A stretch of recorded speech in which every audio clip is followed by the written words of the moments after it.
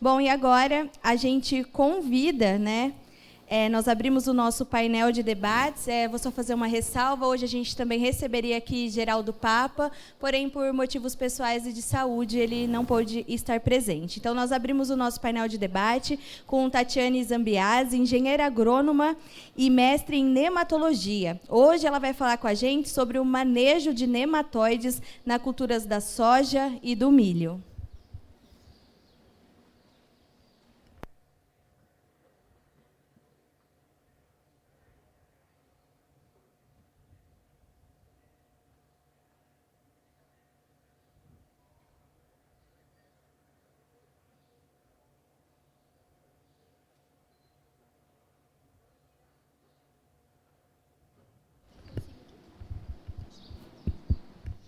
Bom dia a todos. Eu gostaria de fazer um agradecimento e parabenizar ao Marcelo e ao Tovar pelo evento. Realmente é um evento de grande importância para nós, do sul do Mato Grosso. Eu acho que tem muita coisa importante, né? E a gente está saindo de um momento de pandemia, onde eu acho que todo mundo está buscando informação. Então, parabenizar o Marcelo, o Tovar e toda a equipe pelo evento. Também eu gostaria de agradecer ao pessoal da Ihara, que me fez o convite na pessoa do Guilherme, e gostaria de passar um pouquinho do nosso trabalho para vocês, então, na questão de nematóide. Antes de começar, eu gostaria de passar um vídeo para vocês, para quem não conhece o nematóide, né, apresentar ele, e para vocês verem o dano que ele causa, então, né, na cultura da soja, do milho, do algodão, enfim, nas culturas economicamente agrícolas. Tá. Então, aqui a gente tem um pratilencos. Na verdade, ele não se mexe dessa maneira, mas ele se movimenta através da água no solo. E ele encontra uma raiz de soja, de milho, de algodão, de feijão, e começa a se alimentar. Esse é um nematóide de extrema importância, porque ele é um nematóide nativo, né, de todo o Brasil e de toda a América do Sul. Então, em qualquer lugar que vocês forem, vocês vão encontrar esse nematóide.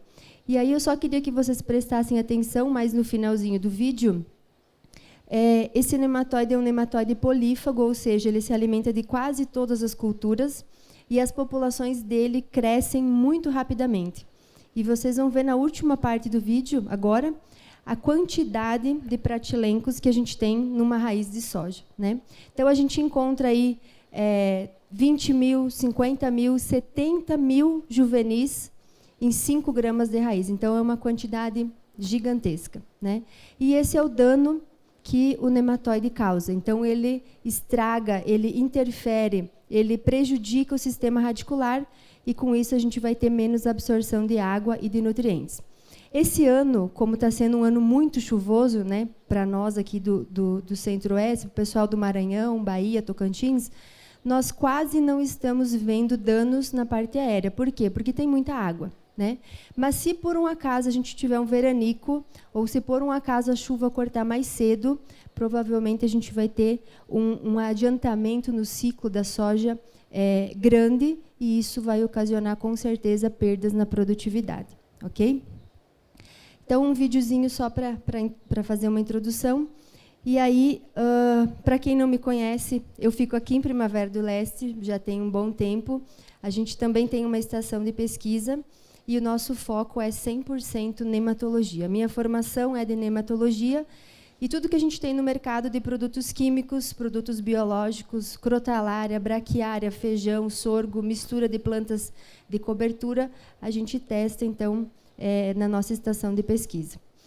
Bom, eu queria trazer um dado para vocês, não é um dado novo, né, mas é o último que a gente tem, da Sociedade Brasileira de Nematologia, porque a primeira pergunta que normalmente a gente se depara é: será que a gente tem dano por nematóide?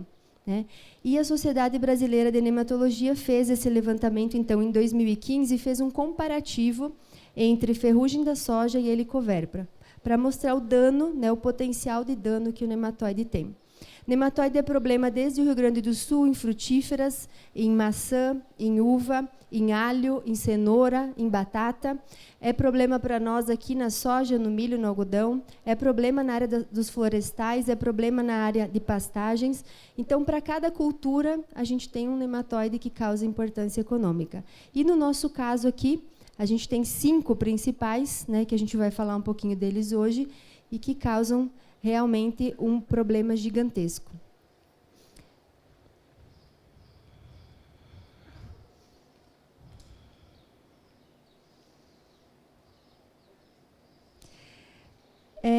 Essa daqui é uma informação do nosso laboratório, desde quando a gente começou a trabalhar na safra de 2007 e 2008, onde a gente tinha, então, nessa safra, a gente recebeu 278 amostras na safra, né, de setembro até aproximadamente maio. E depois disso, se vocês puderem ver, a gente foi aumentando o número de amostras até chegar, então, na safra passada aqui, em aproximadamente 15 mil análises. Só por esse número, a gente já percebe que é um problema e que é importante, senão a gente não ia fazer análise desse nematóide. E aqui um número interessante, que quando a gente começou a trabalhar, de cada 100 amostras que a gente recebia, 76 amostras a gente encontrava o Pratilencos. De cada 100, 29 a gente encontrava galha, de cada 100, 33 a gente encontrava cisto.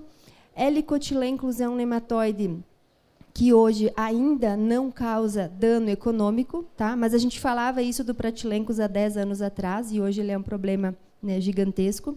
E o Rhotilenclos, que lá atrás era 2% da área aqui aproximada do sul do Mato Grosso, e hoje, então, a gente já tem aí 12% com esse nematóide, né, que era um nematóide mais considerado com dano na cultura do algodão, em solos mais pesados. Hoje a gente já vê isso mudando um pouquinho, e esse nematóide atacando solos arenosos também, e não só na cultura do algodão, mas na cultura da soja também.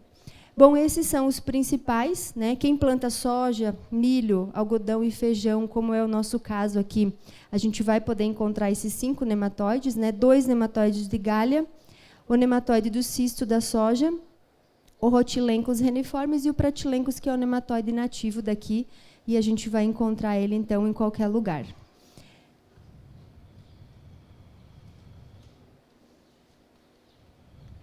Bom, e o que ocorre com as plantas atacadas por nematóide? Só um minutinho. É só um clique.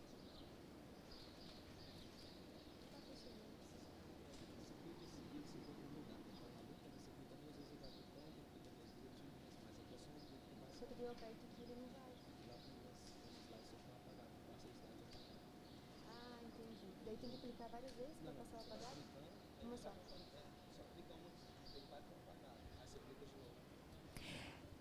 O que ocorre com as plantas atacadas por nematóide? Então, o principal problema é que os nematóides afetam o sistema radicular, né? No caso do nematóide de galha, esse é o dano que ele faz. Então, ele causa tumores na raiz, e a gente tem, então, um impedimento da planta absorver água e nutrientes, né? No caso do nematóide Pratilencos, ele não causa galha, mas toda vez que esse nematóide entra ou sai do sistema radicular, a raiz fica podre, fica escurecida, fica enegrecida, e a gente tem, então, um problema também na parte de absorção e nutrição de nutrientes. E a gente tem também o nematóide do cisto da soja, que também se alimenta da seiva da raiz, e, ao invés dessa seiva ir para a parte aérea, para encher grão, para ter mais folha para fazer fotossíntese, vai para alimentar esse nematóide. Então, são todos problemas de raiz, que é onde a planta precisa, onde a planta utiliza para absorver água e nutrientes para poder completar o seu ciclo.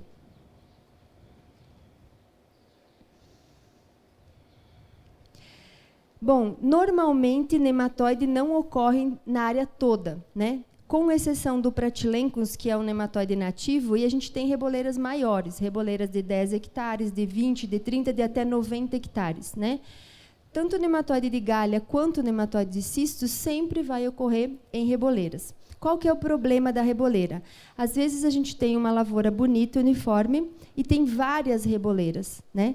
E já está comprovado que nessas reboleiras a gente tem danos de até 75%.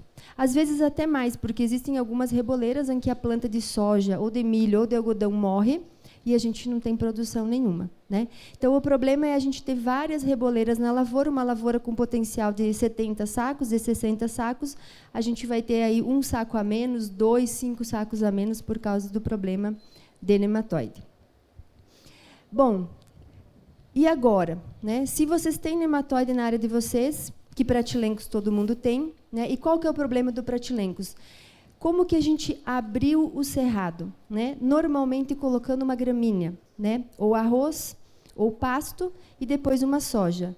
E todas as gramíneas são a comida preferencial do pratilencos. Então, a gente já começou a nossa abertura dando a melhor comida para o pratilencos e ele se multiplicando rapidamente. Então, se a gente pegar uma análise de solo e acompanhar uma lavoura onde não é feito nenhum trabalho de nematóide, a gente vai ver a seguinte distribuição. Abriu o cerrado, tinha 500 juvenis. Plantou um arroz, tinha 2.000. Aí plantou uma soja, foi para 5.000. Aí fez um milho safrinha, foi para 20.000. E a curva dele é muito rápida, ele é um nematóide que se multiplica muito rápido. E quanto mais água e mais quente, mais rápido, né? E qual que é a condição que a gente tem aqui no cerrado? Muita água e temperatura ideal para esse nematóide se multiplicar, né? Então, é um problema gravíssimo. Bom, se vocês descobriram, né, que tem nematóide na lavoura de vocês, o que a gente vai fazer? Bom, em primeiro lugar, é muito difícil da gente constatar o problema do nematóide. Por quê? Primeiro, porque ele está embaixo da terra. E, normalmente, a gente enxerga uma ferrugem, a gente enxerga uma mosca branca, a gente enxerga uma lagarta, mas a gente tem dificuldade de enxergar ou de procurar o que está embaixo da terra. Quando a gente vê uma reboleira, a gente vai ver isso lá no final do ciclo. E aí não tem mais nada para fazer, né? Então, por isso que eu coloquei aqui que ele é um problema invisível. A gente tem um outro problema, que é a amostragem, né? Então, eu sou natural do Rio Grande do Sul e lá as fazendas têm 50 hectares, 100 hectares. A gente pode pegar uma moto, passar o dia inteiro, percorrer a lavoura inteira e coletar amostras. Mas aqui as áreas têm 10.000 hectares, 50, 100.000 hectares. Então, como que a gente faz isso? Então, a gente também tem um problema de amostragem. Depois disso, a gente tinha um problema que acabou de ser resolvido, que era em relação aos laboratórios. Então, só para passar essa informação para vocês, todos os laboratórios do Mato Grosso, que são hoje 18 laboratórios, né? Primavera, Barra do Garças, Rondonópolis, Cuiabá, Sapezal, Sinop, Sorriso, Nova Mutum, Lucas do Rio Verde, todos esses laboratórios, há 6 anos atrás, a gente se reuniu e padronizamos as metodologias. Então, se um produtor X mandava para o laboratório de Rondonópolis e recebia um resultado, e mandava para o de Primavera e recebia de uma outra maneira, hoje não. Hoje vocês vão receber tudo padronizado, né? Então, esses 18 laboratórios se uniram, padronizaram, inclusive a gente padronizou o laudo, o relatório. Então, vocês vão receber tudo igual, para vocês poderem comparar o laboratório X com o laboratório Y, tá?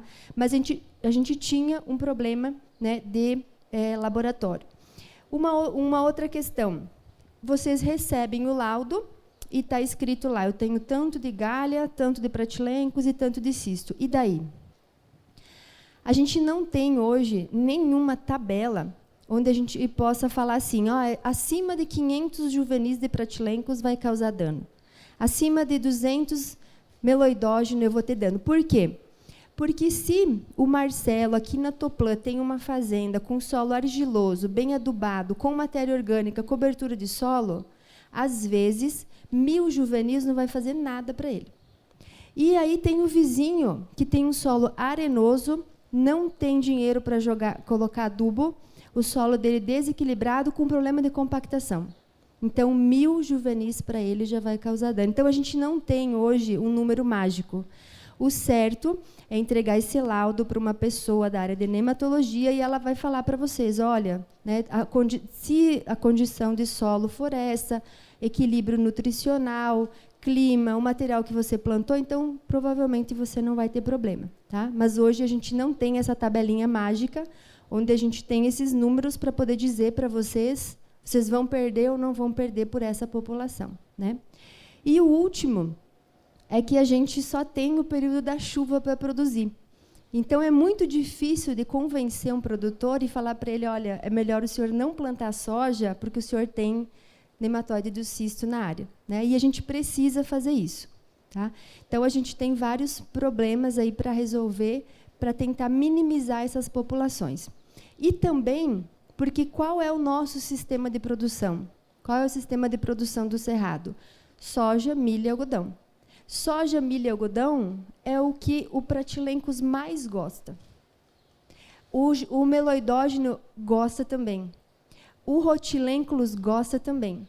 E o nematóide do cisto da soja, só no caso da soja, né? Então, as 3 principais culturas viáveis, economicamente viáveis e rentáveis para nós, é a melhor comida para os nematóides, né? E a gente não pode deixar, né, de plantar isso por causa do nematóide. Bom, eu só queria falar para vocês bem rapidinho de um trabalho, né, que é feito por várias empresas, inclusive nós, para tentar mapear esses nematóides, né? Então, assim, como as áreas são muito grandes no Mato Grosso, a gente utiliza mapas, né? E através desses mapas a gente verifica zonas de manejo ou problemas onde a gente tem uma mancha que a gente não sabe o que é. A gente vai nessa mancha, coleta uma amostra, leva para o laboratório, processa e entrega para o produtor um mapa parecido com esse, tá? Então, aqui é um comparativo desde a safra 17 e 18, de uma fazenda na Bahia, onde a gente já faz esse trabalho há 5 anos. E o que esse mapa fala? Verde escuro significa alta população de pratilencos. Ai, Tatiane, mas você acabou de falar que não existe o alto. Não, não existe, mas esse é o alto para a fazenda dele. Então, de todos os resultados da fazenda dele, a gente definiu o alto para a fazenda dele, o alto, o médio e o baixo. Então, quando vocês veem um verde escuro, significa que eu tenho alta população de pratilencos. O verde mais claro é médio e o verde mais clarinho é baixo. E onde é branco significa que eu não achei. O que esse mapa vai dizer para o produtor? Vai dizer que no talhão onde ele encontrou uma população alta, ele precisa fazer alguma coisa. No caso de soja, por exemplo, e de milho, a gente não tem nenhuma variedade que baixe o pratilencos. A gente tem variedades que multiplicam mais e variedades que multiplicam menos, mas a gente não tem nenhuma que baixe. Então, vocês vão poder usar produto químico, vocês vão usar produto biológico, vocês vão poder fazer, talvez, um cultivo de uma crotalária, mas vocês têm que fazer alguma coisa para o pratilenco, senão vocês vão perder. Vai perder um saco, vai perder 2, vai perder 5, eu não sei, mas vai perder. Depois, a gente faz um outro mapa para ele com o nematóide de galha, que é o azul, tá? Então, o nematóide de galha já é um pouco melhor. Por quê? A gente vai falar para ele que ele tem o incógnita ou javânica, e aí vocês podem escolher um material de soja resistente, ou a incógnita ou a javânica. Vocês podem também colocar um químico para incógnita ou para javânica. E pode também colocar um biológico para incógnita e para javânica. Só que, se vocês não souberem essa informação e botar um material suscetível num talhão que vocês têm uma alta população de galha, é certo que vocês vão perder. Então, essa é uma informação extremamente importante. E ainda tem o nematóide do cisto da soja. O nematóide do cisto da soja é o mapa vermelho, tá? E a gente identifica, então, o nematóide do cisto, a quantidade dele e também a raça, né? Para vocês poderem escolher qual que é o material que vocês vão utilizar. Estou levando um baile desse pointer. Aqui. O vermelho para identificar o nematóide. Então, nos talhões que estão branco, significa que eu não tenho nematóide cisto. Vocês podem colocar o material canela seca. Nos talhões que a gente tem o vermelho escuro, significa que eu tenho alta população e ainda tem determinada raça, para vocês escolher o material resistente A1, A2, A3, A6, A9, A14.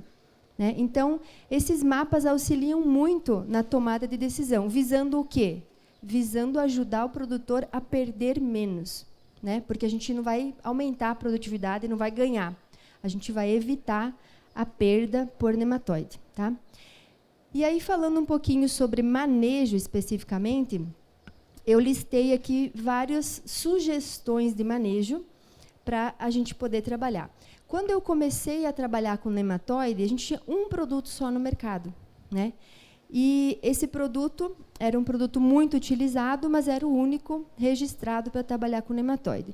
Hoje eu vou mostrar para vocês que a gente tem muitas alternativas. Produtos químicos, produtos biológicos, variedade de soja, material de sorgo, material de mamona, as braquiárias, as crotalárias. Mas qual que é o ponto fundamental? Tem muita coisa para vocês escolher para manejar nematóide. Mas o que vocês têm que saber por primeiro? Qual é o nematóide que vocês têm? A gente tem 20 anos de pesquisa com nematologia. E eu posso garantir para vocês que todos os tipos de manejo, eles são muito bons para 1 ou para 2 nematóides. Mas é muito difícil de achar um manejo que seja bom para todos, né? Então, é muito difícil de a gente achar um produto químico bom para todos. É muito difícil achar um produto biológico bom para todos. Eles vão ser melhores para um nematóide e não tão eficiente para outro nematóide, tá? Então, aqui eu listei para vocês, hoje a gente tem, não coube na lâmina, mas hoje a gente tem 82 materiais no mercado, de várias empresas. Aqui está listado em ordem alfabética, Brasmax, Brevante, Codetec, Corteva, Dom Mário, FT, Singenta, Nideira. A gente tem 82 materiais no mercado hoje para vocês escolher se vocês querem um material resistente a incógnita, javânica ou cisto, e ainda tem as raças, tá? E o material é a variável mais importante. Por quê? Se vocês tiverem nematóide e colocar um material errado, vocês vão perder 10 sacos, 5 sacos, 20 sacos, dependendo da situação. E se vocês botar esse material, um material resistente numa área com nematóide, vocês não vão perder isso. Então, a quantidade é muito grande. Quando a gente trabalha com produtos ou com outros manejos, a gente vai ganhar 1 saco, 2, 3, 5. Então, eu quero falar para vocês que a escolha do material, de soja, de milho, de algodão, de feijão, é o fator mais importante. É o fator que vocês vão decidir onde vocês vão perder muito ou vocês vão perder pouco. E os outros manejos são manejos que vão ajudar muito, mas a variedade é o mais importante. Depois da variedade, a gente tem um tipo de manejo que a gente chama de culturas alternativas. E aí entram várias culturas, né? Um exemplo delas é a crotalária. A crotalária é a única cultura que elimina todos os nematóides. Então, ela baixa a população de cisto, de pratilencos, de meloidógena incógnita, javânica, rotilencos. Só que a crotalária tem um monte de problemas, né? Problemas relacionados a manejo, problemas de semente, problemas de herbicida, problemas de contaminação. Mas, hoje, é o melhor material para vocês plantar para diminuir a população de nematóide, tá? Só não deem preferência ou tentem evitar a júncia, porque a júncia a gente já encontrou cisto se multiplicando nela, tá? Mas a Spectabilis, a Ocroleuca e a Breviflora, a gente não encontrou nada, e as informações que a gente tem de pesquisa é que essas 3 espécies não multiplicam nenhum nematóide, tá? Depois da crotalária, a gente tem as braquiárias, que na verdade deram um salto e tomaram conta do Mato Grosso, da Bahia, do Tocantins, do Maranhão, do Piauí. Por quê? Porque os nossos solos normalmente são muito pobres, são solos arenosos. E a braquiária entrou nesse mercado muito bem. Então, a braquiária fornece matéria orgânica, é uma excelente cobertura, o sistema radicular dela é profundo, a gente pode trabalhar até com descompactação de solo com braquiária. O único probleminha dela é que ela multiplica pratilencos.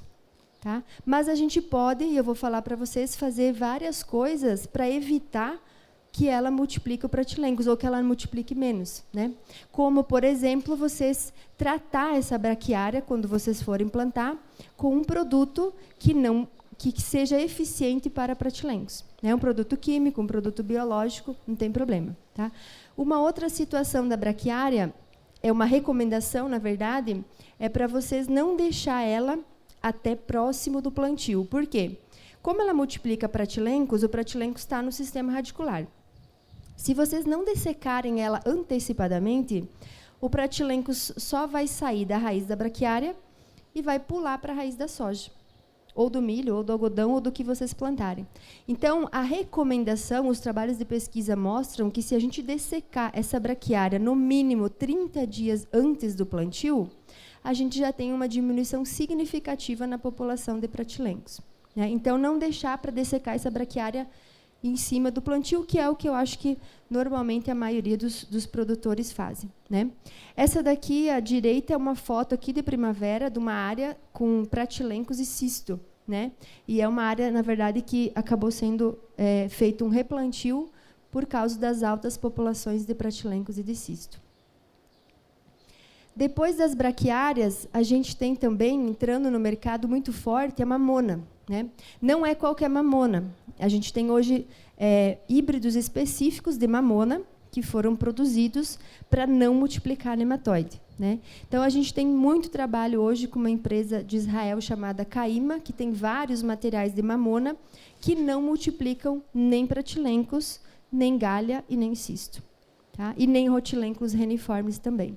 Então, um trabalho sendo iniciado, tem uma área expressiva em primavera, tem uma área muito maior em Campo Novo do Parecis, já está indo lá para mamona. Essa semana eu estava no Maranhão, já tem áreas de mamona sendo testadas no Maranhão também, como uma opção. Também com alguns problemas de manejo, mas eu acho que a gente consegue fazer um bom trabalho também utilizando mamona. Temos um outro trabalho também com uma empresa de Rio Verde chamada Next Step, que tem materiais de sorgo que não multiplicam nematóide. O sorgo é uma gramínea e o sorgo normal, o sorgo granífero, ele é um multiplicador de pratilencos. Alguns materiais mais, outros menos, mas é um multiplicador. Esse sorgo é um sorgo que não é granífero, mas é um sorgo que não multiplica nem pratilencos, nem cisto e nem galha. Temos também o sorgo da Embrapa, o Ponta Negra, que é um sorgo que também tem um fator de reprodução muito baixo para pratilencos. E temos também o sorgo boliviano, que também tem um fator muito baixo para pratilencos. Inclusive, a gente tem feito alguns trabalhos com sorgo como barreira física. Então, por exemplo, o produtor tem uma propriedade na beira da rodovia, onde passa muito caminhão, onde passa máquinas, que vai derrubar o nematóide e vai entrar na nossa área. Então, fazer uma barreira com esse sorgo boliviano ou esse sorgo ponta negra dificulta a entrada do nematóide na nossa lavoura. Então, também mais uma opção.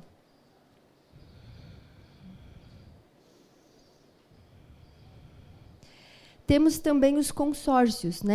Então, eu não quero deixar de plantar milho, porque o preço do milho está bom, mas eu tenho problema com nematóide. Então, a gente testa vários tipos de consórcio.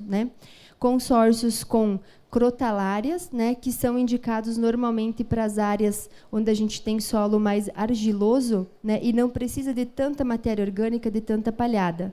E a gente tem também os consórcios com braquiárias, que são mais indicados com áreas mais arenosas, onde a gente precisa de matéria orgânica, precisa de cobertura de solo. Então, os dois consórcios são bons. Qual que é o cuidado que a gente tem que ter?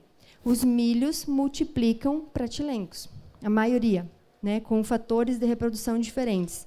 Então, se eu tenho uma área com altíssima população de pratilencos e eu colocar um milho e uma braquiária, o que vocês acham que vai acontecer? A população vai subir. Então, o que eu faço? Trato esse milho e trato essa braquiária. Posso tratar o milho com um químico, posso tratar a braquiária com um biológico. Eu ainda posso escolher um material de milho com baixo fator de reprodução para pratilencos. Então, vocês não precisam deixar de fazer nada do que vocês fazem hoje. A única coisa que teria que ser acrescentada ao sistema é vocês saber o que vocês têm no solo e aí escolher os manejos. A gente tem também milhetos, milhetos desenvolvidos especificamente para nematóides, como no caso, por exemplo, do ADR 300, que é um milheto bem utilizado, bem difundido, que é um material que não multiplica pratilencos e não multiplica nem meloidógena nem cisto, né? Nem heteródera.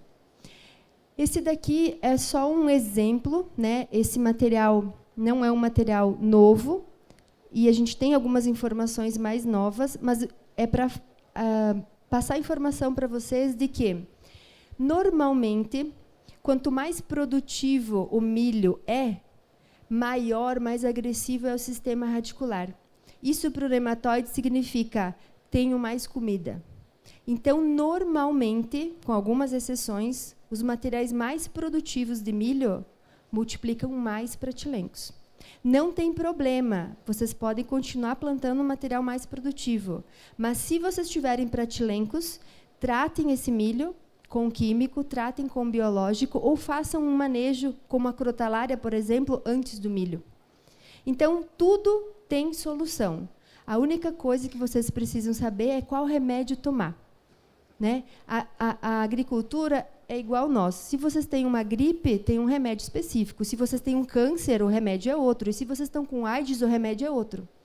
E na agricultura é a mesma coisa. Se vocês têm pratilencos, tem um remédio. Se vocês têm galha, tem outro. E se vocês têm cisto, tem um outro remédio, tá? Que é mais específico, que é melhor, na verdade, mais eficiente. Temos também os estilosantes. A gente tem um trabalho na nossa estação com o estilosante Campo Grande, tá? Não multiplica nem pratilencos, nem cisto e nem galha, tá? Uma excelente opção. Sapezal tem uma área muito grande de estilosante. A Bahia está entrando com estilosante agora, um trabalho excelente. Ele só tem muita dificuldade de ser implantado, porque ele é muito lento, né? Mas é um material muito bom para controlar nematóide. E, por último, então, o controle químico e o controle biológico. O que eu preciso falar para vocês em relação ao controle biológico? Hoje, vocês podem escolher, a gente tem muito material, muito produto biológico no mercado, tá?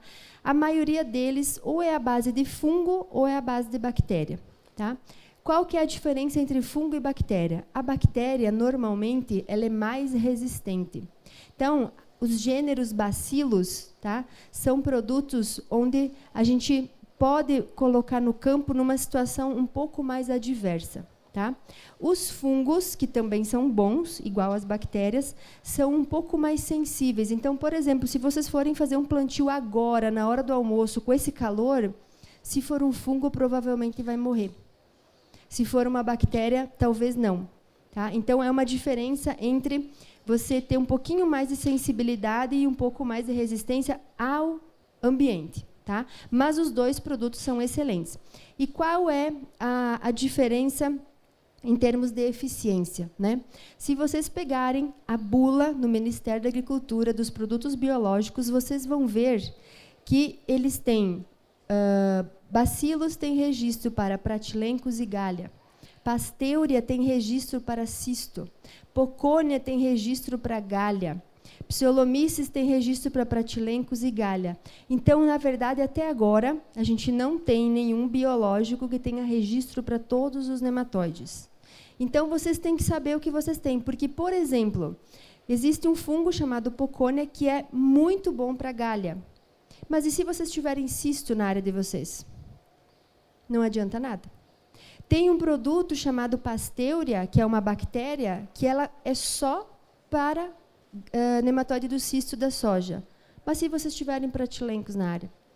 Então, esse é o cuidado que a gente tem que ter. A gente tem que saber o que tem e aí escolher as opções. Vocês têm muitas opções hoje, nós temos muitas opções no mercado. Mas se vocês não souber o que tem no solo, vocês vão correr o risco de escolher um produto bom, mas jogar numa área que vocês não têm o alvo, tá? Então, a gente tem hoje no mercado muitos produtos biológicos. Aqui ficou pequena a letra, mas a gente tem produtos à base de fungo e produtos à base de bactéria, né? Para pratilencos, para cisto e para galha. Gostaria de falar para vocês também sobre a produção on-farm, né? Que, se for bem feita e da maneira correta, perfeito, né? Mas, infelizmente, não é isso que a gente vê no campo, né? Hoje, a maioria das fábricas, né, das biofábricas on-farm que a gente visita, não tem todo o rigor necessário, principalmente para a parte de contaminação, né? Então, é muito fácil da gente contaminar. E, às vezes, vocês estão jogando na lavoura um contaminante, e não uma bactéria ou um fungo que é para controlar nematóide. Tá? Então, se for bem feitinha, ok. Temos várias empresas de produtos biológicos, empresas nacionais, multinacionais, empresas menores, empresas maiores, todas elas com produtos bons. O que vocês vão escolher é de acordo com aquilo que vocês têm no solo. Tá?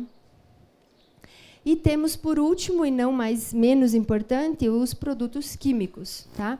Então, aqui que eu falei para vocês, lá atrás, a gente tinha só Rugby, da FMC, que foi o primeiro produto a ser registrado para nematóide. Um excelente produto. Depois do Rugby veio Cropstar, com um aumento da dose com registro para nematóide também, para tilencos e galha. Depois veio, em 2013, a Abamectina, para controlar nematóide também, para tilencos e galha. Tá? Depois veio Certeza N da Ihara, né, que é um fungicida e um nematicida e que tem um comportamento muito bom para o nematóide de galha. Tá? E, por último, agora, a gente teve, então, fluenxulfone, que é uma molécula da Adamar, com nome comercial de blindado para soja, Nimitz para algodão, e ainda tem o legado, que é para cana, que é a mesma molécula. E também o fluopiran, que é uma molécula nova. Então, ele tem o produto chamado Verango da Bayer, e ele tem o Ilevo da BASF. Tá? E tem novas coisas para vir pela frente. Então, várias empresas têm produtos biológicos para serem lançados, misturas, né? E algumas empresas também têm produtos químicos. Tá? Quando que vocês vão escolher um químico ou um biológico, para a gente encerrar? Normalmente, os químicos têm uma eficiência maior quando a gente tem altas populações. Por quê? Porque ele é um produto que mata muito e mata rápido. E o biológico é o contrário, mata menos e devagar. Então, a gente tem feito ótimos trabalhos com excelentes resultados misturando os dois. Você tem uma alta população, você põe um químico, esse químico vai baixar a população rápido e vai matar bastante. E o que sobra, o biológico continua controlando até o final do ciclo. Tá? Temos vários trabalhos de compatibilidade, então a maioria dos produtos é compatível, ou seja, vocês podem misturar com os tratamentos de semente fungicida e inseticida sem problema nenhum. Ok? E o mais importante de tudo, né? Técnicas em conjunto. Então, se vocês tiverem uma área com uma população alta de nematóide e colocar só a variedade, talvez vocês ainda vão perder. Se vocês colocarem só um químico, talvez vocês ainda vão perder. Então, se a gente puder usar a variedade com um produto, no outro ano fazer uma braquiária, no outro ano eu entrar com um produto biológico. Então, quanto mais intervenções em conjunto a gente fizer, mais rápido a gente vai baixar a população. Tá? Mas, infelizmente, para vocês e felizmente para mim, que eu acho que eu vou continuar trabalhando um bom tempo, a gente não tem nenhuma técnica, nenhum produto milagroso que vai desaparecer o nematóide. Então, vocês vão ter que trabalhar, vocês, baixando as populações. Se vocês baixarem as populações, vocês vão colher bem soja, vocês vão colher bem milho, vão colher bem algodão. Quando a população aumentou, vocês se descuidaram, num ano não fez nada naquele talhão, a população aumentou, perde. Perde soja, perde milho e perde algodão. Então, até agora, eu não tenho nenhuma notícia maravilhosa para falar para vocês e dizer, olha, temos um produto, uma variedade, um manejo que vai zerar e vai desaparecer o nematóide. E se alguém falar isso para vocês, duvidem, porque não tem. E não sou eu que falo, são todas as pessoas que trabalham com pesquisa, com nematologia. Ok? Era isso que eu tinha para passar para vocês. Acho que o meu tempo acabou. Vou desejar, Marcelo e Tovar, um ótimo final de evento, hoje de tarde. Agradecer a vocês pela presença, agradecer por poder passar um pouquinho do nosso trabalho para vocês. Agradecer ao Guilherme pelo convite, Guilherme, e desejar a todos uma excelente safra, né, que todo mundo colha bem, que os nematóides diminuam e que tudo dê certo. Obrigada e bom evento.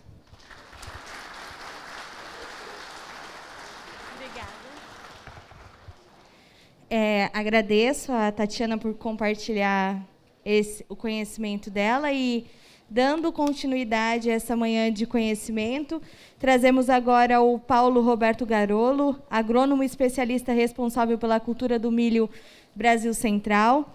Hoje o Garolo ele vai falar com a gente sobre o manejo da cigarrinha do milho. Seja bem-vindo, Paulo.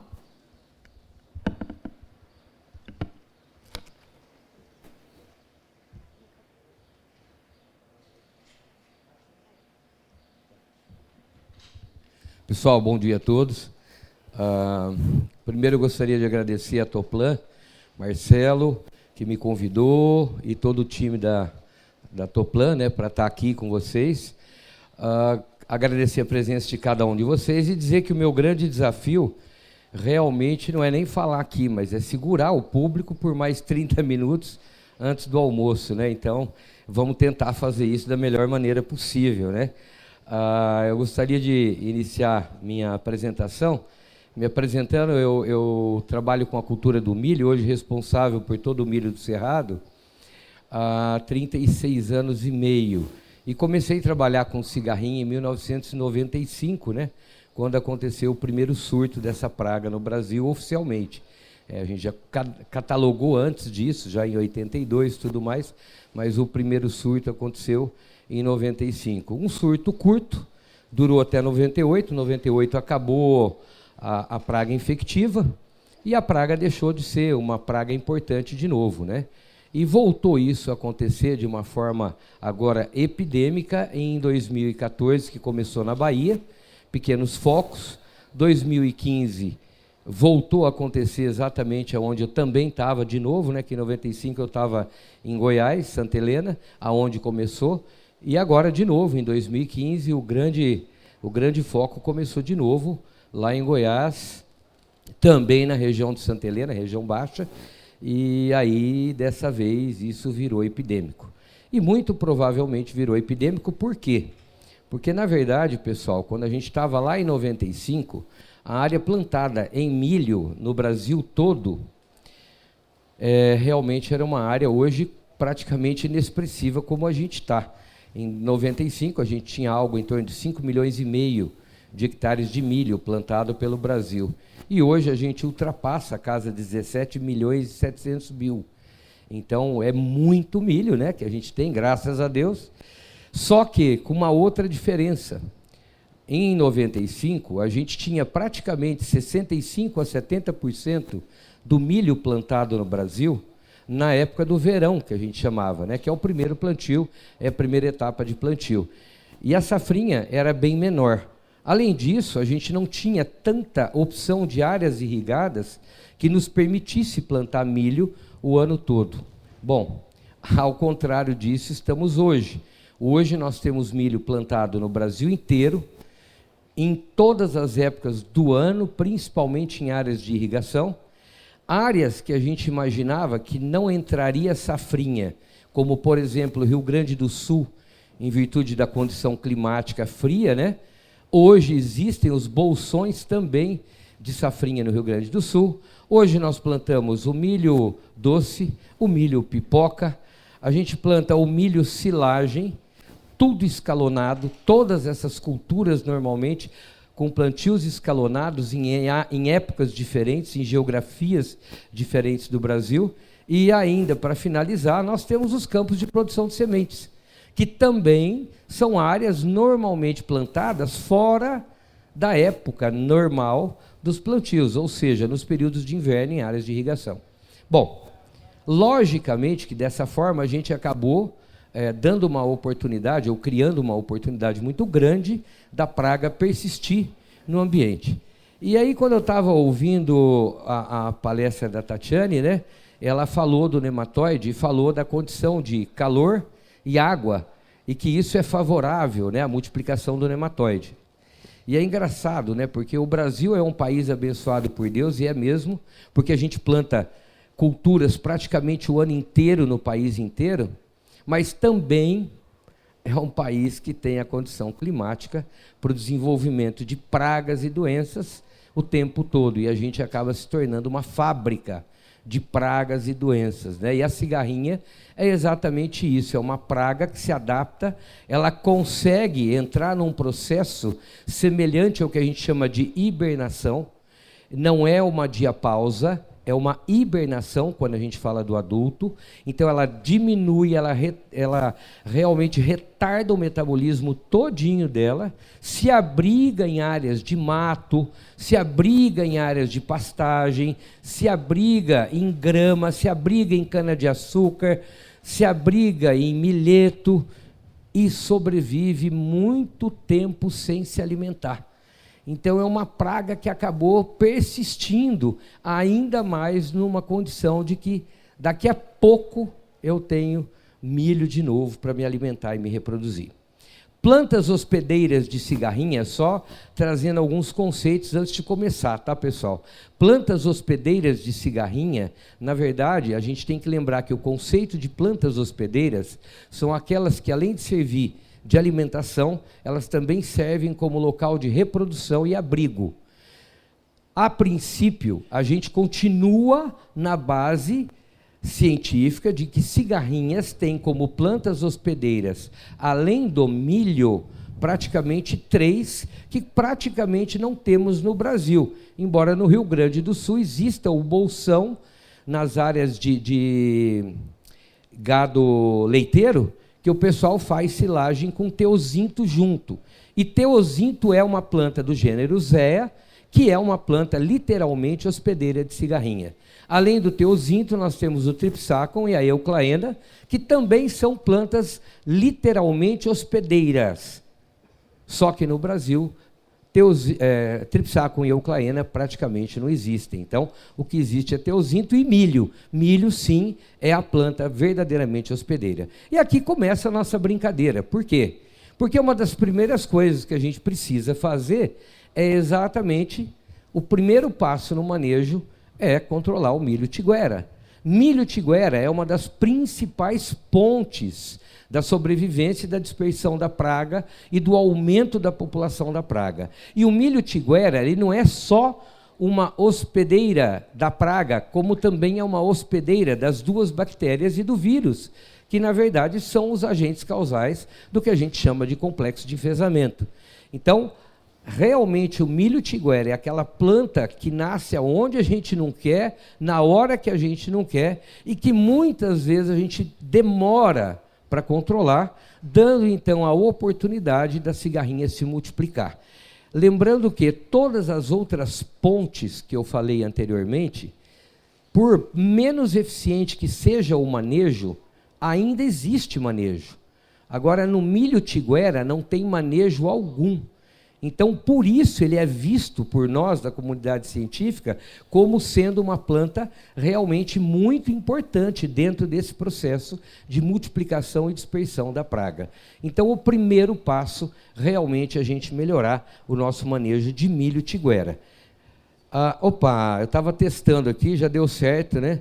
Então, vamos lá. Não vai ter como eu passar o pointer lá, né? Mas isso aqui, pessoal, só uma tabela. Não, aqui está tudo ok. É só uma tabelinha mostrando para nós algumas dificuldades que a gente encontra no manejo da cigarrinha, porque manejar a cigarrinha não é de uma única forma. Nós temos que ter um conjunto de ações para que a gente resulte no melhor manejo, no melhor controle. Você acha que está dando certo ou não? Não, né? Então tá bom. A primeira coisa é a eliminação do milho tiguera, como eu já falei. A outra coisa é a impossibilidade de sazonalidade na cultura do milho, né? A gente não tem intervalos representativos, então é muito difícil isso, até porque eu não falei como ponte, mas, por exemplo, existem muitas pessoas que sobrevivem da venda do milho in natura e que eles cultivam, às vezes, em pequenas áreas de hortaliça. Então, isso é praticamente impossível de impedir. E isso é uma fonte também, é uma ponte importante no processo de manutenção da praga. A adesão conjunta aos processos de manejo também é outro grande problema. Por quê? Porque cigarrinha tem como hábito, ela é um inseto extremamente migratório. Quando eu falo isso, para vocês terem uma visão, uma população de cigarrinha, ela vai migrar por voo natural 10 quilômetros, 100% da população. Então, o que é próximo? 10 quilômetros é uma área próxima de raio. Se eu tiver um milho mais velho, a 10 quilômetros do milho que eu plantei agora e está nascendo, eu estou perto do milho mais velho. para a cigarrinha, porque ela vai voar e ela vai vir no milho mais novo. Então, 10 quilômetros é próximo. E tem mais. 50% da população que migra 10 quilômetros de voo natural, migra mais 10. Ou seja, 20 quilômetros ainda é considerado uma distância perto. E para a gente ter uma noção disso, pessoal, é imaginar que um percevejo de barriga verde, que é outra praga de extrema importância, dificilmente vai migrar mais do que 1 quilômetro, 1,5 quilômetro de distância. E nós estamos falando de uma praga que migra 20 quilômetros de distância. Então, por isso, essa dispersão é muito alta. E quando a gente tem uma região que já aparece populações e não existe a adesão de todo mundo nos processos de manejo, o agricultor que não faz direito, ele se torna um doador de cigarrinhas para o agricultor que faz direito. E aí o que acontece? A cada 4 dias você volta na lavoura e parece que você não aplicou nada. Por quê? Porque está lotado de cigarrinha do mesmo jeito do primeiro dia que você aplicou. E muitas vezes isso não é que não funcionou, não é que você não teve um bom manejo, mas a cigarrinha migra e ela voa o tempo todo. E isso pode estar vindo de outras áreas aonde não está sendo muito bem feita. Então, a adesão das pessoas de forma conjunta, ela é fundamental dentro de uma região onde a gente já sabe que a população é grande. Outro grande detalhe é o monitoramento e a tomada de decisão para aplicações, né? Aí eu estava até conversando com um colega nosso que estava fazendo um trabalho na região do Vale, né? E ele estava me questionando sobre isso. A comunidade científica também ainda mantém em consenso o seguinte conceito: pragas vetoras, elas não têm numeração, não tem como mensurar. Por quê? Porque a gente não tem como saber se ela está infectiva ou não. Então, para pragas vetoras, o conceito que se usa é presença ou ausência. É muito difícil você saber se aquela praga está ou não contaminada. Nós temos alguns processos, nós da companhia na qual eu presto serviço, que eu sou funcionário, que é a Bayer, nós temos um programa hoje no sul do Brasil que vai se estender agora. Eu sou parte do grupo de liderança disso para o Mato Grosso, que é o quê? O Esquadrão Cigarrinha, para a gente fazer uma predição através de armadilhas. Então, a gente pode, sim, até fazer predição, mas a comunidade científica, ainda em consenso, continua adotando o conceito da presença ou ausência para qualquer praga, inclusive, que seja inseto vetor de transmissão de doenças. Então, isso é importante. Outra coisa é o desenvolvimento da própria planta. Aí, olhando um pouco do lado da fisiologia vegetal do milho. O milho, a cada 3 dias e meio, porque ele responde a acúmulo térmico, para cada etapa, para cada folha nova, ele responde a acúmulo térmico. Então, aqui dentro da nossa região do Brasil Central, a cada 3 dias, no máximo 3 dias e meio, até V12, nós temos uma nova folha expandida. E quando a gente aplica os produtos, mesmo produtos sistêmicos, nós temos que lembrar que a translocação de produtos sistêmicos, ela é acropetal. Mas acropetal significa da onde cai para a ponta da folha e não para a ponta da planta, pensando na aplicação foliar.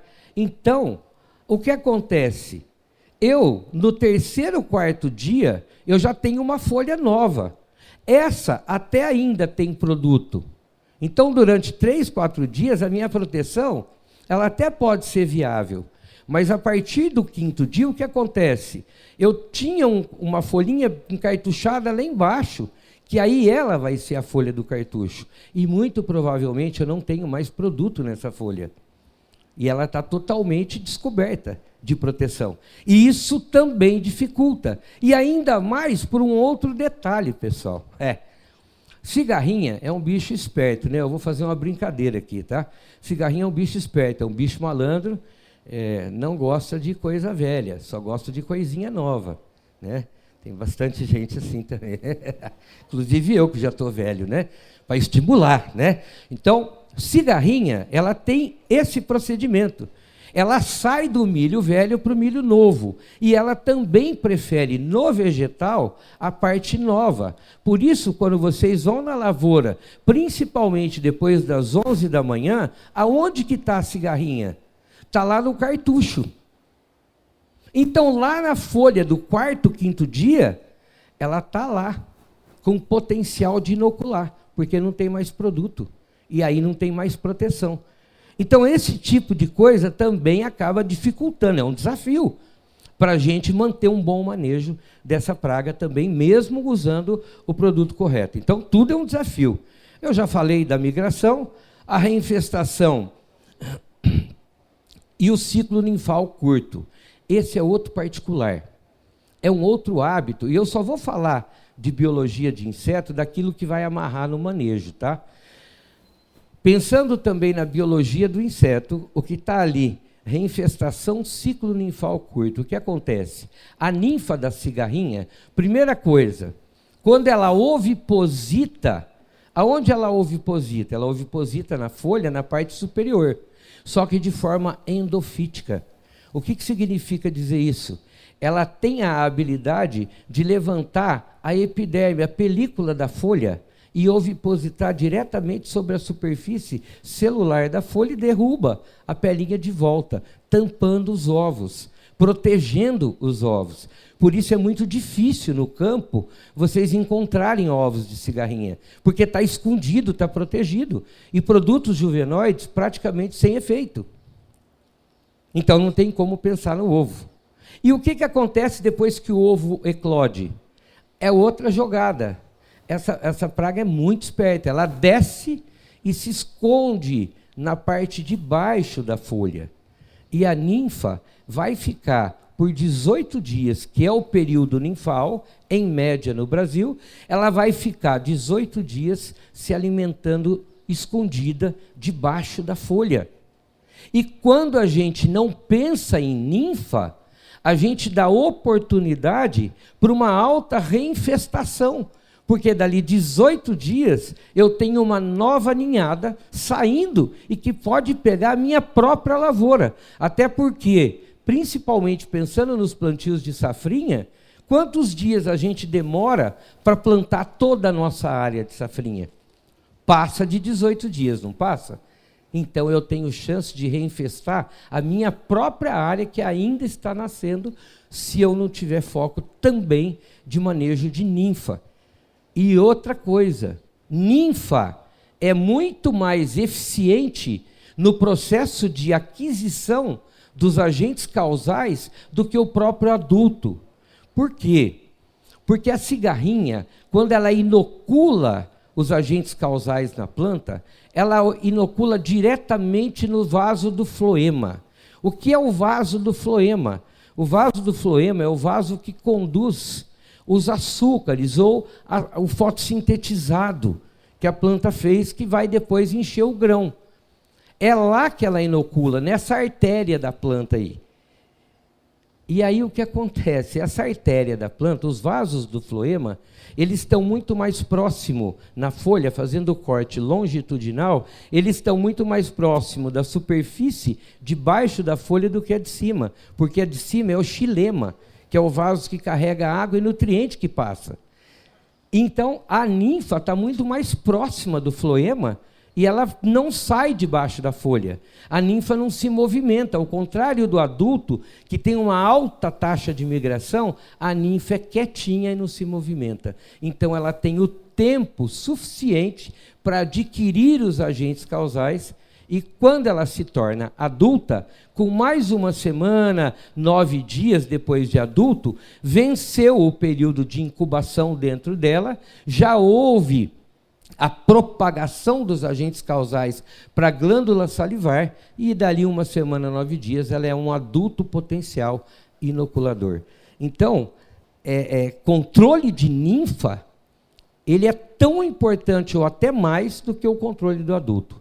E quando a gente pensa, como que nós vamos controlar ninfa que está escondido debaixo da folha? Se a gente pensar em tecnologia de aplicação, é muito complicado. Não é zero, mas é muito complicado.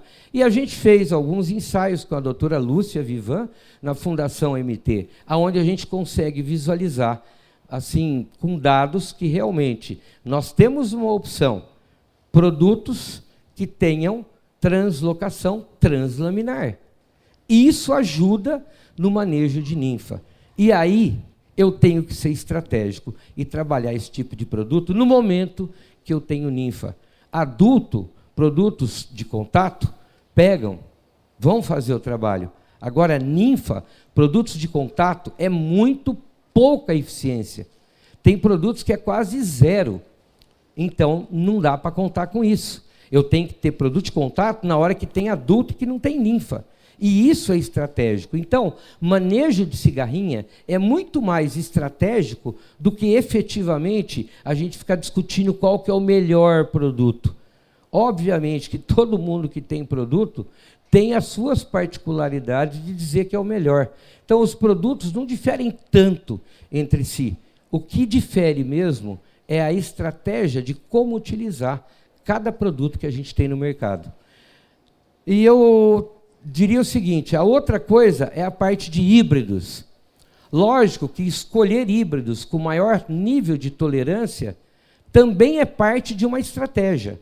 Só que eu também tenho que lembrar o seguinte, não existe resistência, não existe imunidade, e a partir do momento que eu começo a contar só com o híbrido, eu também vou começar a ter um incremento populacional que tanto vai fazer mal, trazendo os agentes causais em alta quantidade, acaba impactando e reduzindo, sim, o potencial produtivo da planta, como também um efeito secundário, que no Mato Grosso, ao meu ver, chega a ser até mais importante do que talvez a própria doença.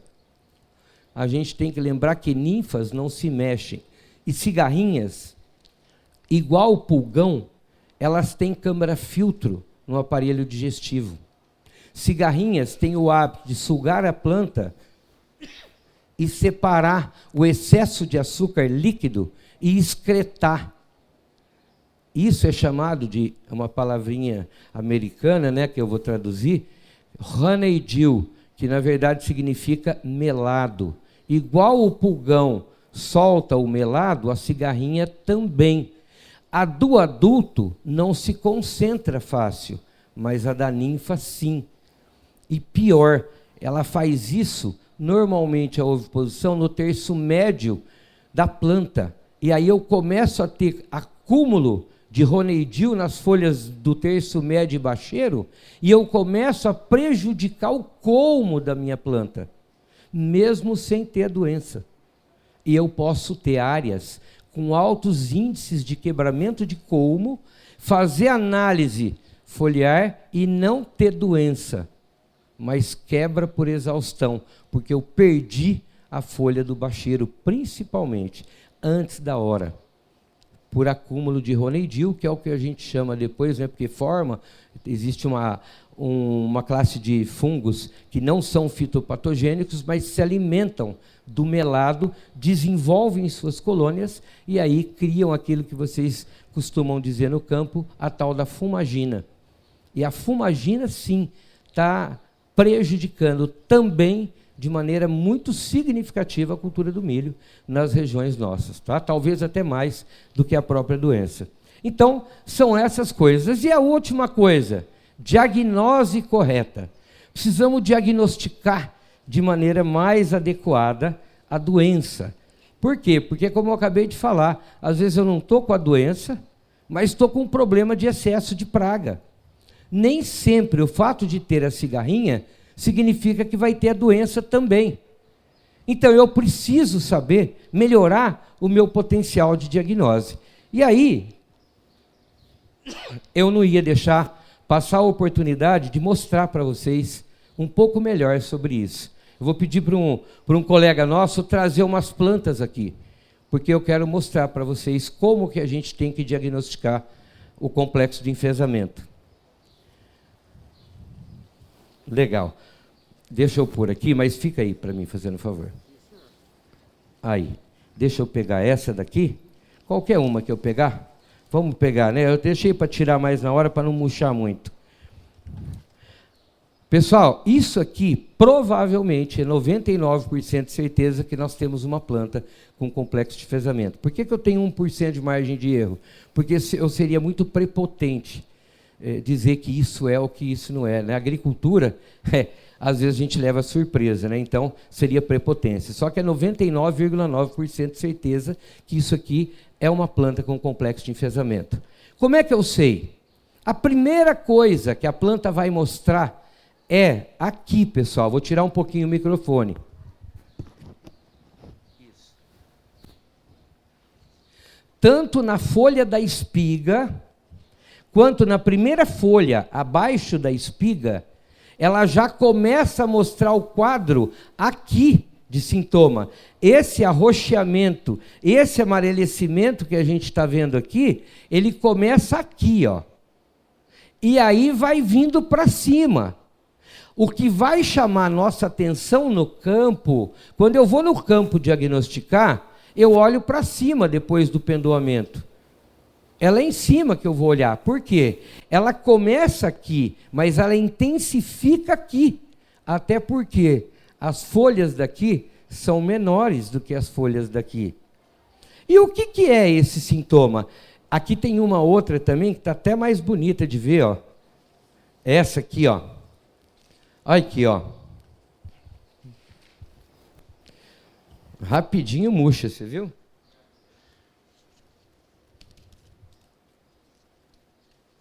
Aqui, ó. Eu tenho na folha da espiga, tá bem característico. Mas quando eu olho para cima, aqui em cima ainda tá pior a cor. Dá para ver melhor. Então, de longe, você consegue enxergar. E o avermelhamento, amarelecimento, ele vai intensificar de cima para baixo. E a planta vai morrer de cima para baixo. E quando você olha a folha de baixo, aqui está queimado de outra coisa. Aqui não tem nada demonstrando complexo de enfesamento. Porque as últimas folhas que vão morrer do complexo de enfesamento são as de baixo. As que morrem primeiro são as folhas de cima. E isso é importante, por quê? Porque tem podridões de colmo que também estão acontecendo em alta intensidade, principalmente fusarium. Só que o que acontece, plantas com podridão de fusarium, ela vai morrer lá embaixo. E aí o efeito é murcha igual na planta inteira. Ela murcha para depois morrer. Complexo de enfesamento, não. Ele vai mostrar primeiro nas folhas. Outra coisa, o cara me liga, o meu milho está com a espiga, com o grão tudo xoxo. Foi complexo de enfesamento, mas não deu na folha. Não foi complexo de enfesamento. A primeira parte que vai mostrar é nas folhas. E por que eu estou falando isso? Porque o que o complexo de enfesamento faz? Ele em si não mata a planta diretamente, ele não mata tecido de planta, ele está lá no floema, é uma doença vascular.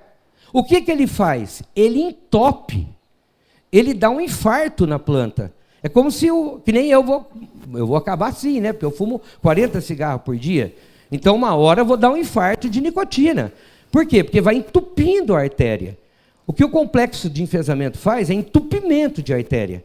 Agora, como é que o açúcar desce na planta? De cima para baixo, incluindo a folha da espiga. E quando começa a entupir pela colônia das bactérias e do vírus, o que acontece? A folha que está morta? Não está morta. Ela continua produzindo açúcar, só que ela não consegue mandar o açúcar. Quando ela não consegue mandar mais as quantidades, vai diminuindo, porque vai entupindo. O que acontece com esse açúcar produzido?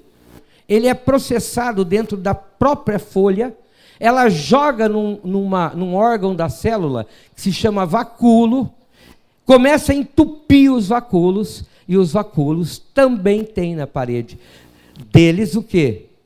Pigmentantes, antocianina e xantofila. E aí eu começo a ver o quê? A formação da coloração. Para eu ter o grão comprometido, eu tenho que ver isso aqui, senão não tem grão comprometido. E aí não tem complexo de enfesamento, pessoal. Então a diagnose tem que ser bem feita, porque às vezes nós estamos tendo outros problemas e estamos correndo sempre atrás do mesmo. Às vezes nós estamos tendo fusariose também, matando o milho, mas como agora tudo que acontece é a cigarrinha, vai débito para a cigarrinha, e às vezes não é a cigarrinha. Então, olha, eu vou deixar as plantas ali de maneira rápida. Eu prefiro perder o resto da palestra e não estourar o tempo, mas eu queria mostrar isso aqui para vocês. A diagnose é o primeiro passo realmente para a gente ser mais assertivo na hora de interpretar o que está acontecendo na nossa lavoura. Valeu, obrigado, viu?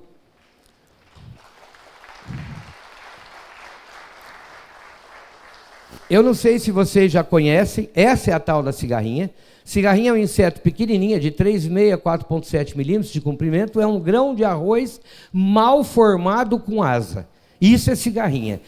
Além do voo, que eu já contei para vocês, que é o voo natural, a cigarrinha também pode ser transportada via vento. E quando ela vai via vento, ela pode ser deslocada em distâncias acima de 60, 80, 100 quilômetros. Tá? Então, por isso, às vezes, acontece do nada, numa região que nem tinha, começa a aparecer, porque ela também pode ser transportada pelo vento. Uma coisa importante que eu também não quero deixar de mostrar para vocês, do Mato Grosso. Eu não vou ficar preso no gráfico, mas eu só queria mostrar para vocês um detalhe. Quando vocês olham esses gráficos, desculpa, está em inglês, mas quando vocês olham esses gráficos, vocês notam o seguinte: na parte de baixo, aqui os números de baixo, eu tenho aqui, ó, 2 colunas com 3 informações por coluna. Embaixo elas se repetem. É temperatura de 12 a 32 graus centígrados. E aqui, no vertical, o que eu tenho? Eu tenho os índices. É como se eu imaginasse que o número 1 é 100%, o 0,8 é 80% e assim sucessivamente. O que eu quero chamar a atenção de vocês nesse gráfico aqui é o seguinte: Mato Grosso. Qual é a nossa média térmica? Se tem uma coisa que impacta e decide cigarrinha e o processo de infecção, chama-se temperatura. É o fator que mais interfere. E quando eu olho esse gráfico, eu vejo que tudo que está no 100, que está no número 1 lá, ó, todas, tirando a última informação aqui embaixo, todas as outras está no ponto excelente em temperaturas de 26 a 32 graus centígrados, que é a nossa temperatura. Ou seja, e é uma pena eu falar isso, o desenvolvimento da praga, ele é excepcional na nossa condição de temperatura. Só para vocês saberem, a primeira informação é o número de ovos por fêmea por dia. A maior taxa de oviposição, uma fêmea que tem um ciclo médio no Brasil de 45 dias, pode ovipositar 14 ovos por dia por fêmea, ela pode chegar a trazer mais de 600 ovos por ciclo, uma fêmea. E quando eu estou nessa faixa de temperatura, eu estou na faixa excelente desse processo. Quando eu vou para o segundo ali, o que é aquele segundo? Aquele lá é a taxa de eclosão de ovos. Botou 600, quanto eclode? Na temperatura de 26 a 32, praticamente 100% eclode. Número 3, ali o vermelhinho, o que é aquilo ali? O comprimento dos 5 instares. A fase ninfal leva 5 instares para se tornar adulto. O comprimento da fase ninfal dos 5 instares também acontece na condição de temperatura de 26 a 32 graus centígrados. Bom, mas tem um ali, que é o que mais me chama a atenção, e isso foi talvez o dado mais importante quando eu participei do projeto do Milho Verão, no Mato Grosso, como coaching da doutora Lúcia Vivan, lá da Fundação MT. Temperatura de transmissão da doença. Aqui, o Mato Grosso está na vantagem. O índice ideal é até 25 graus. De 20 a 25, eu não tenho 18% de perca de viabilidade. 20 é o ideal. Sul, 20 é o ideal. Mas de 20 a 25 eu não perdi, eu perdi 18% da eficiência. Então ainda é muito alta. Mas a hora que eu vou para 28, eu perco 60% na eficiência da taxa de transmissão. E quando eu vou para 30, eu quase zero. Eu vou para 10% ou menos na taxa de transmissão. Então, o que eu estou trazendo de informação para vocês? É que na nossa condição de temperatura, a taxa de transmissão é muito menor do que a gente imaginava ser. Ou seja, a presença da doença, se eu tiver um bom manejo, a minha vulnerabilidade é muito menor de ocorrência. Em contrapartida, algumas regiões, mesmo do Brasil Central, áreas mais equilibradas em termos de temperatura média, a minha taxa de transmissão é muito maior. Então, pessoal, eu diria o seguinte, nós temos que talvez ficar ainda muito mais preocupado.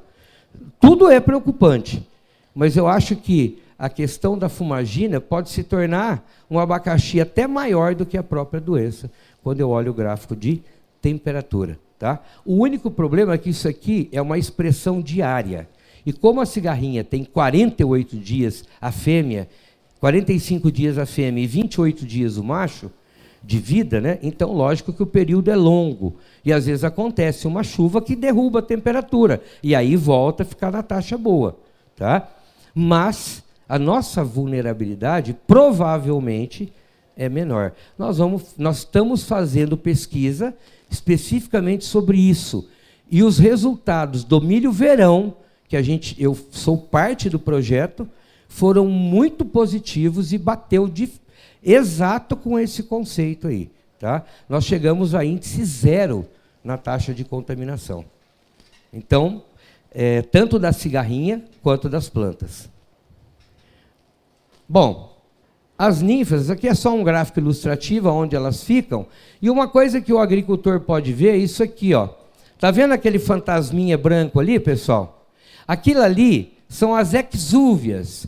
O que são as exúvias? É a troca de pele, e ela demora a cair da folha. Então, você quer ver como é que está o manejo de verdade, começa a olhar se você tem muita exúvia ou não.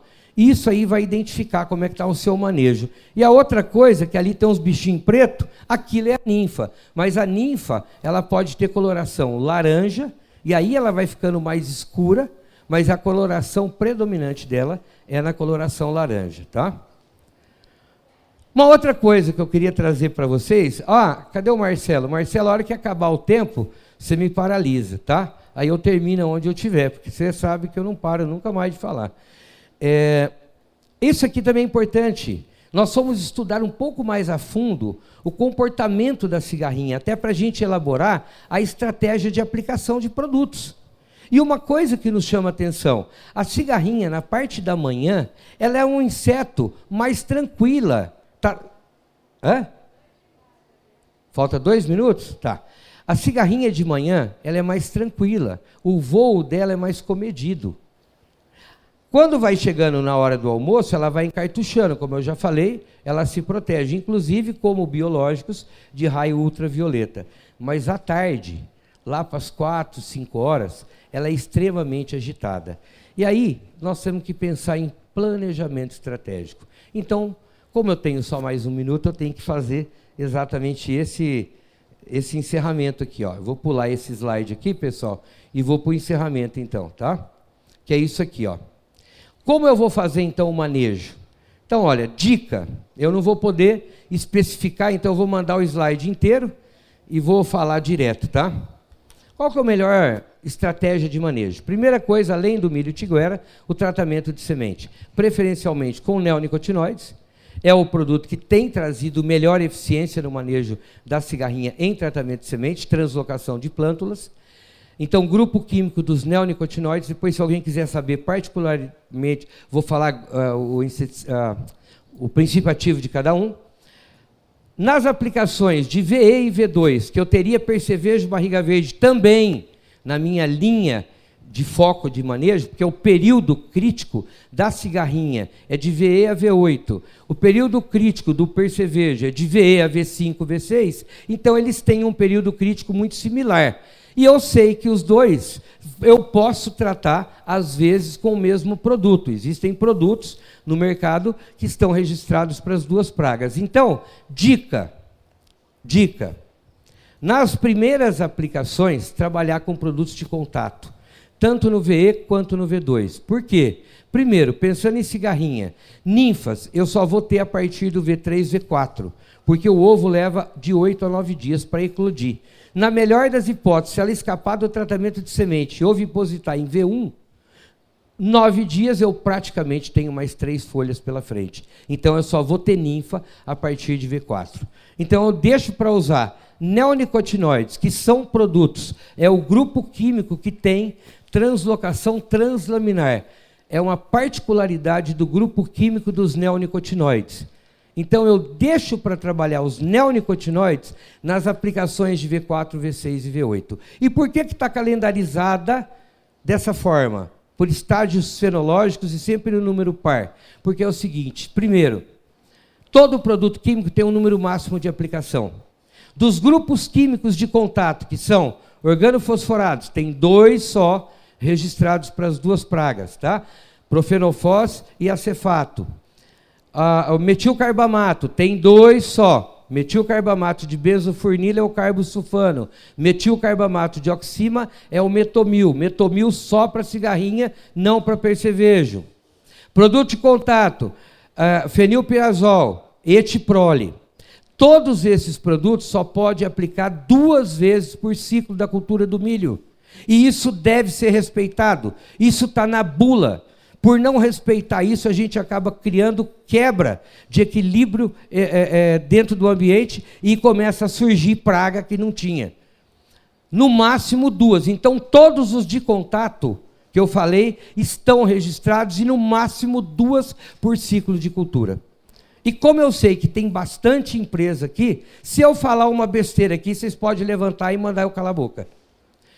Neonicotinoides, que normalmente estão associados com piretroides, e que é importante isso.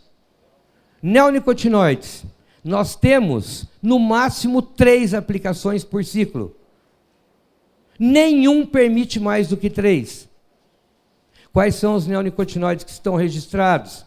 Aí, para folha, acetamiprido, dinotefuran, imidacloprido, tiametoxam. São esses 4 que estão registrados para as 2 pragas. Deixo para fazer lá e posso fazer as 3, porque eu estou dentro da bula. Outra coisa, por que está espaçado de 7 em 7 dias? Porque o intervalo mínimo que nós deveríamos respeitar é de 1 semana para entrar com reaplicação. Então dá para fazer uma calendarização, pelo menos planejamento dá. O ideal, o melhor dos mundos, é que a gente aplicasse a cada 5 dias. Seria o melhor dos mundos. Mas isso está contra as bulas. Essas baterias de 5 dias não estão de acordo com as bulas. Então, o correto é esperar os 7 dias. E para isso acontecer de maneira menos vulnerável nossa à praga que vai entrar no cartucho, uma solução. Eu vou fechar com ela, tá? Aí eu acabei. Biológicos. É extremamente essencial a introdução de biológicos dentro do manejo da cigarrinha. No mínimo 2 aplicações de biológicos. Os biológicos vão fazer, sim, diferença. Eu não vou passar, eu tenho resultados de pesquisa que a gente fez também com a Fundação Chapadão do Sul, aonde a gente vê ganhar, sim, menos plantas infectivas quando eu uso químico mais biológico e quando eu uso só químico.